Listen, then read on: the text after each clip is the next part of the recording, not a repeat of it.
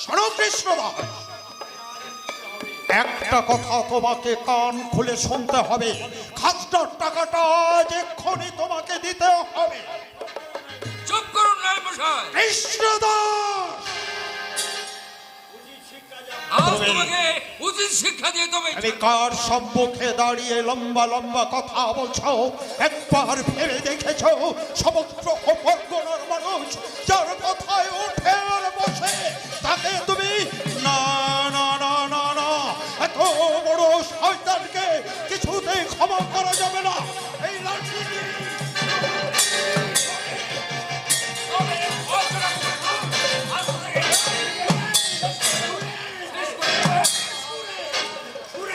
শান্ত হও দাদা, শান্ত হও।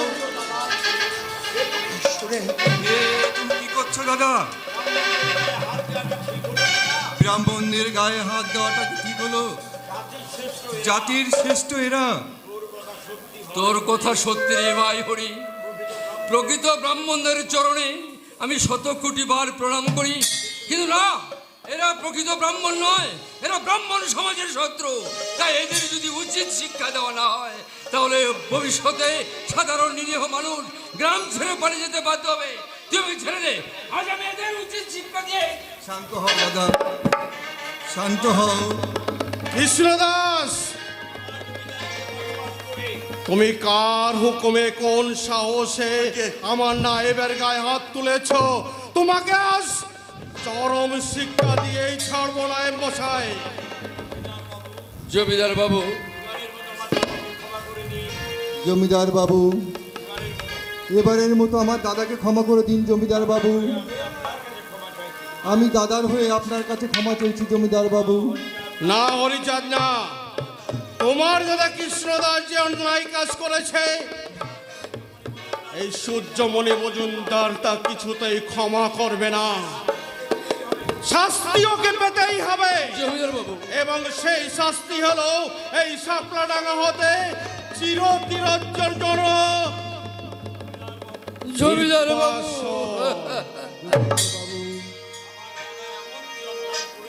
আমার দাদা এমন কি অন্যায় করেছে যার জন্য আমাদের 7 পুরুষের ভিটা বাড়ি ছেড়ে চলে যেতে হবে জমিদার বাবু? প্রকৃত অন্যায়কারীকে ভালো করে ভেবে দেখুন তো জমিদার বাবু। ওইসব কৈফিয়ত তোমাকে আমি দিতে পারবো না হরিচাঁদ। এই সম্পত্তি যখন বন্দোবস্ত হয় তোমার দাদার নামও জড়িত ছিল। বহুদিনের বকেয়া ঋণ বাকি থাকায় আদালত থেকে নোটিশ জারি করেছে এবং সেই ঋণের পরিমাণ হয়েছে 13,000 টাকা। আদালত থেকে রায় পাঠিয়েছে এই সমস্ত সম্পত্তি এই জমিদারের দখলে।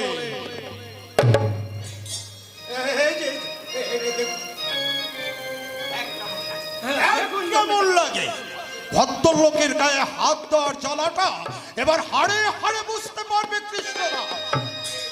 ওরে বেঈমান বিশ্বাসঘাতক, তুইও রেহাই পাবি না। কৃষ্ণদাস, জমিদার বাবু, এখনো তোমার দাম বজায়নি। শ্মশান মানে ঘর বাড়ি চলে চলে যাও, নইলে গলা ধাক্কা দিয়ে বের করে দিতে বাধ্য হব। জমিদার বাবু, হে আপনি কি বলছেন জমিদার বাবু? আপনার অন্তরে কি এতটুকু দয়া মায়া বলতে কিচ্ছু নেই? আপনি বলতে পারেন জমিদার বাবু, আমার এই ছোট ছোট ভাইদের নিয়ে আমি কোথায় যাব, কি করব জমিদার বাবু? বলুন জমিদার বাবু, বলুন। তুই ভয় করিস না, ভেবে দেখ মনে, সঙ্গে যেত পতিত পাবো। তুই ভয় করিস না, ভেবে দেখ মনে, সঙ্গে যেত পতিত পাবো।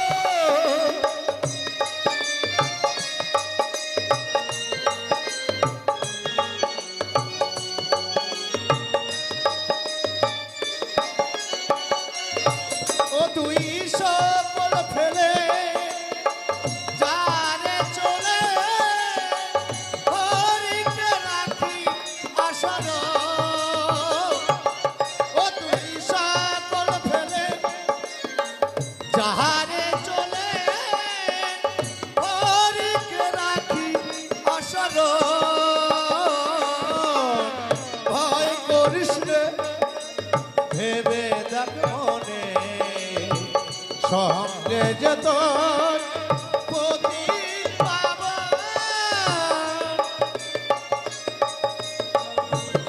পাগল, এ তুমি কি বলছো পাগল? আমি সব কিছু ফেলে শুধু চলে যাব, শুধু আমার ভাইকে স্মরণ রেখে? হ্যাঁ, শুধু হরিকে স্মরণ করে চলে যাবে। এই এই হরি কি জানিস? কে?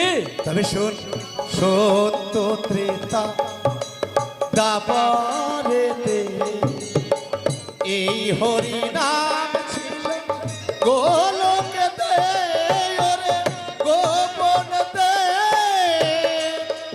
এবার কলিযুগে উদ্ধারিতে শ্রী হরি চাঁদ নামে বর্তমান। এবার কলির যুগে উদ্ধারিতে শ্রী হরি চাঁদ নামে বর্তমান। ভয় করিস নে ভেবে দেখ মনে সঙ্গে যে তোর পতিত পাবন। আরে যাই না, ভগবান আর দুনিয়ায় জায়গা খুঁজে পায়নি, তাই স্বপ্নডাঙ্গার ভাগাড়ে এসে জন্ম নিয়েছে।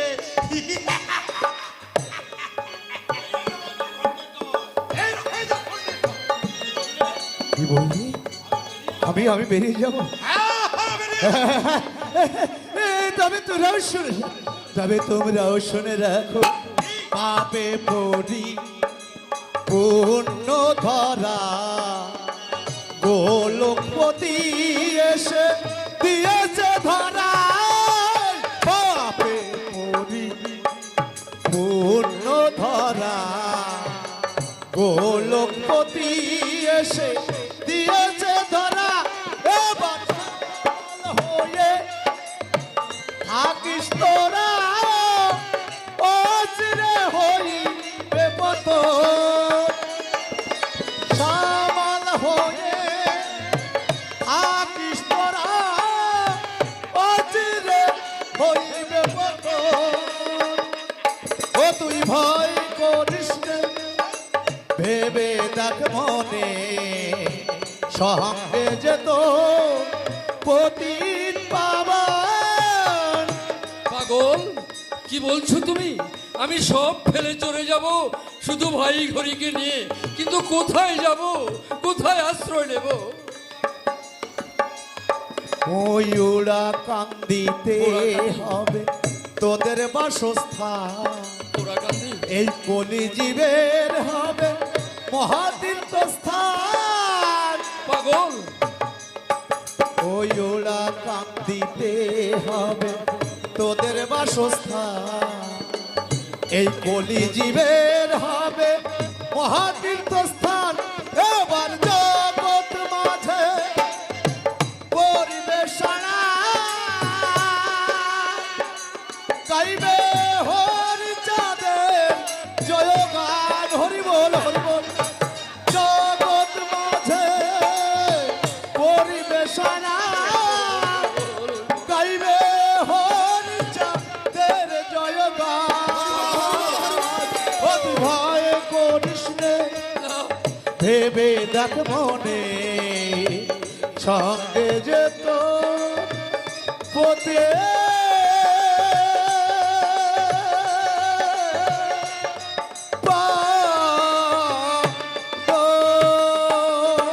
পাগল, পাগল, একটিবার শুনে যাও পাগল। না না, আর আমি ভয় করব না। সবাইকে নিয়ে আজ আমি এই শাপলা ডাঙা ছেড়ে ওই ওড়াকান্দিতে আশ্রয় নেব। হরি ভাই হরি, আয় কোথায় আছিস? স্বরূপ দাস, গৌরী দাস, হরি স্বরূপকে নিয়ে চলে আয়। হরি, আজ এই শাপলা ডাঙা ছেড়ে আমাদের ওড়াকান্দিতে আশ্রয় নিতে হবে। আয়, আয় ভাই হরি। বনিতে না করে এখনই বিদায় হ কৃষ্ণ দাস। বাবু, শত্রু বিদায় না হওয়া পর্যন্ত আমি শান্তি পাচ্ছি না। কি বললেন জমিদার বাবু? আমি আমি আপনার শত্রু? ঈশ্বর, জীবনে কোনোদিন এতটুকু মিথ্যে বলিনি, কারো চোখের জলের কারণ হয়নি। তবে কেন কেন আজ আমাকে এর বাক্য শুনতে হচ্ছে? কেন কেন কেন? আল্লাহর পালা সবে শুরু কৃষ্ণদাস। নাই পোষাই, হ্যাঁ কৃষ্ণদাস, তোমার এই বাকি কান্নাটা না পথে কি কেতু কৃষ্ণদাস।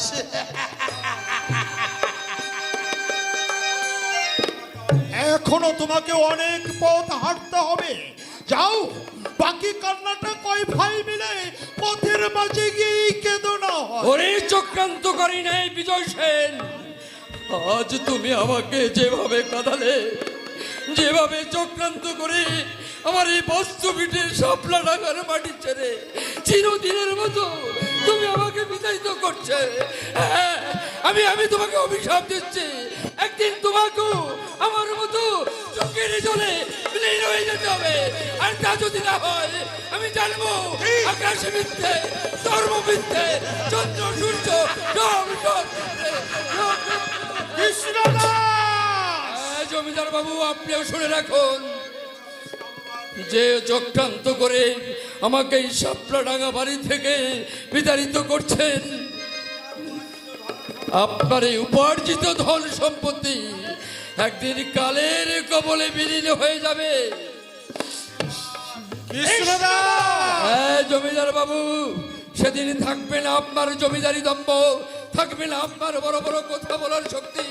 সেদিন আপনার ওই ভিক্ষার ঝুলি হবে একমাত্র সম্বল। আর সেই ভিক্ষার ঝুলি নিয়ে যখন এই মানুষের কাছে যাবেন, মানুষ আপনাকে কুকুরের মতো দুধুর দুধুর করে তাড়িয়ে দেবে, দুধুর করে তাড়িয়ে দেবে। বিদায় জমিদার বাবু, বিদায়। ভাই হরি, চল ভাই। আর যেতে হবে না বড় ঠাকুর। আমি সবাইকে নিয়ে ঘর ছেড়ে বেরিয়ে এসেছি। ও প্রভু, তুমি কেন নির্বাক হয়ে দাঁড়িয়ে আছো? শাপলা নগরী হতে চির বিদায় নিয়ে এসো প্রভু। সবাই মিলে এই তুলসী তলায় বসে বর্তমানে আমরা বিদায় জানাই, চির বিদায় জানাই। তুমি ঠিকই বলেছো শান্তি। এসো শান্তি, এসো দাদা, আয় ভাই গৌরী দাস, স্বরূপ দাস, বৈষ্ণব দাস, তোরা সকলে মিলে আয়।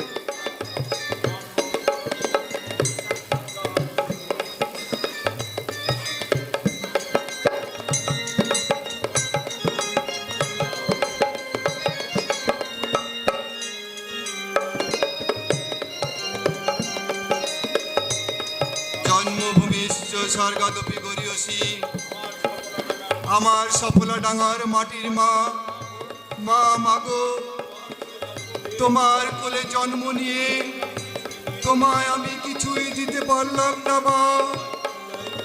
তাই তো বিদায় বেলায় দিয়ে যাই শুধু দু ফোঁটা চোখের জল, মাগো শুধু দু ফোঁটা চোখের জল।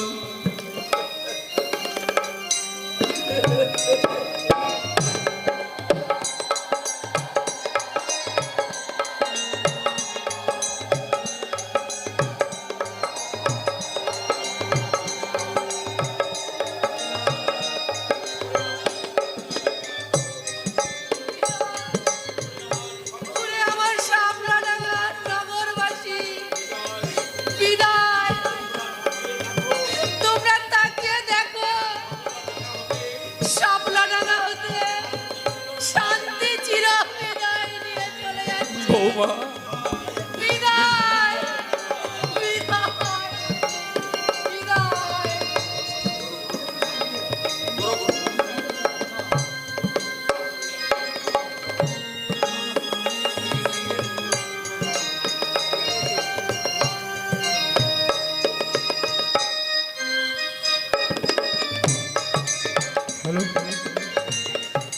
চলে যা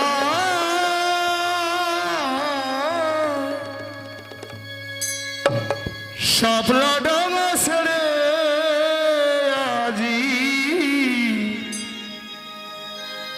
হরি চলে যায়। আরে যা যা, ওদের ওই প্যান্ট প্যান্ট সুন্দর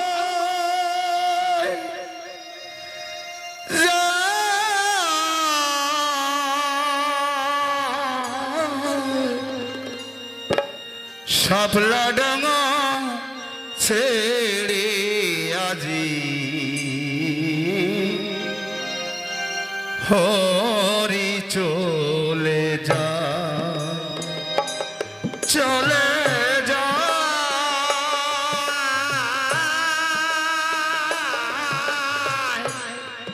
শাপলা ডাঙা ছেড়ে আজি হরি চলে যায়, চলে যায়,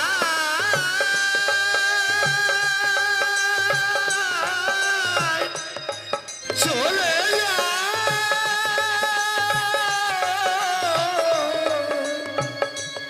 চলে আরে যা, তোদের ওই সমস্ত কান্নাকাটি আর ভালো লাগছে না। জমিদার বাবু,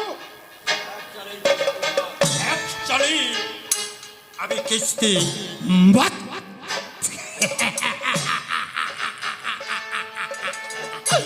করে দিয়েছি জমিদার বাবু। আজ থেকে কৃষ্ণ দাসের এই বাড়ি হবে জমিদার সূর্যমণি মজুমদারের নতুন কাচারি বাড়ি। একদম চিন্তা করবেন না, ছলে বলে কলে কৌশলে যেভাবে চন্ডালের পদে আমি সপ্তাহডাঙ্গা হতে ভিটে ছাড়া পারিয়ে দিলাম, এর জন্য অনুশোচনার কিচ্ছু নেই জমিদার।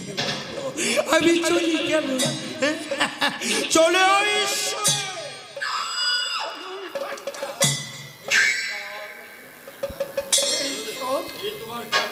এ তোমার কেমন বিচার?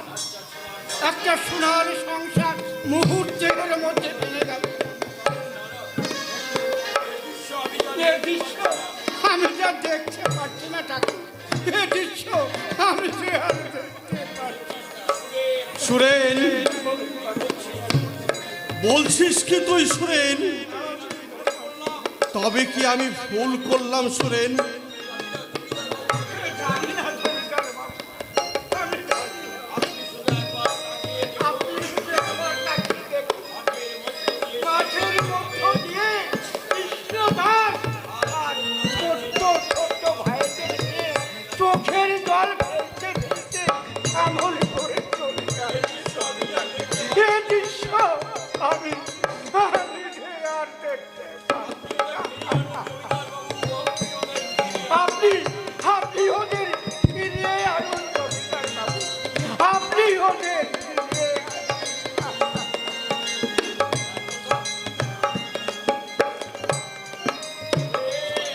সুরেন, সুরেনের কথা শুনে প্রাণটা আমার কেঁদে উঠলো কেন? না না না না, আমি আর ভাবতে পারছি না। তবে কি আমি ভুল করেছি? হ্যাঁ হ্যাঁ হ্যাঁ হ্যাঁ, আমি ভুল করেছি, চরম ভুল করেছি। নায়েব বিজয় সেনের চক্রান্তে সত্যি যে আমি বড় ভুল করে ফেলেছি। কথাই বলে ভাদ্র মাসে বাড়ি থেকে কুকুর বিড়ালকেও তাড়ায় না, আর আমি না না না না, যেমন করে হোক তাদের ফিরে আনতেই হবে, যেমন করে হোক তাদের ফিরে আনতেই হবে। কৃষ্ণদাস, হরিচাঁদ, তোমরা ফিরে এসে ভাই, তোমরা ফিরে